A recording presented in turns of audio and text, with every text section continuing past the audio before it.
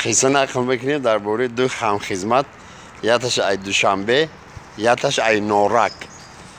خیلی همون وقتای خدمت و بعد خدمت میان جنگ سر میشن یا دیگریش نمیبینن. خلاصه جیزنم خیلی میره ده. باید نورکی میگه که برم امی دوشنبگی همخدمت جورم یک خبر بگیرم. میاد دوشنبه خیلی دوشنبه چه خونه دولتی هم کوارتیر یک متر زندگی میکرده.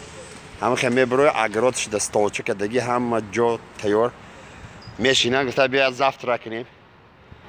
بیاره دو چشکه، سه تا خیلی استکان سیمتان، خیلی همه خورد خوراکی زفت را که میبره. و میگه جورو جان خودمون دو تیم چون سه تا وردی؟ و میگه حقی سگ چی؟ چه سگ؟ گفته سگی مو اون هر سگ تیم زفت را میگه نگاه کن. بانکی سیمتان هوی میکنه چول شما رو داریم بانک دینا خم سگ می چپ میلیسه میخواد بر میره. گفته یا توبه خیلیش ناو دیدم. خیلیش ناو دیدم.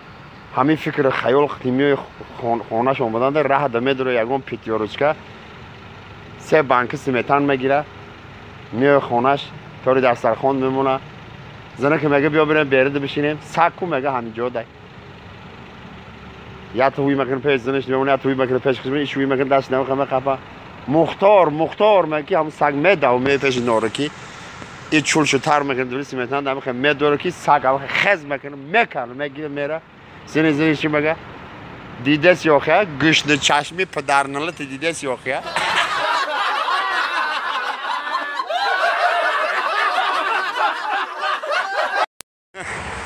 یک قصه برای خیلی جیز نینی زنه خطی مردک چند سال زندگی میکنن آرزو میکنه که مردک دیگه سورپریز کنه ای کار برگشته مغازین میداره یک دیوان میخره میبره خونهش خمش نگاه میکنه طرف دیوان میگه خیلی مردک سر اونا ای کار دیر میبیم دیوان ساز کنم میگره دیوان ساز میکنه پشت خونهش خطی با تراموای میگذاشته همون وقت ساز میکنه ای دور رسیدم تو آرزو هست که تراموای میگذاره دیوان یا طرف بشه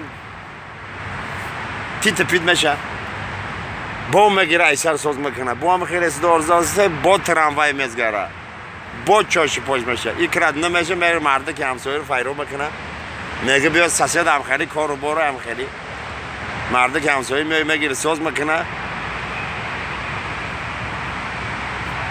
تراموای میگذاره با دیوان چپ میشه گفته خیلی نمیشه این بالاش در چی وزبین ماننده کن دیوان ساز میکنه مرده که همسایه میگه بیا من تی دیوان میدونم میبینم آخه کجاش همین هوی میشیده باشه تو تورش دبیز وزبین تو تراموای گذاشتنه مردک در تا زنک در بالا تور دیوان هم خیلی جنبوش کردن صاحب خانه میدونه دهه درد نگاه میکنه پوپشوی بگونه میدونه خانه نگاه میکنه زنک تور دیوان به تختی پوش خو ایتی دیوان دو پوچو توفتسته نگه برادر تو کی در تی دیوانی میخوی احساسیت بگه ما سبحان تراموایش ندارم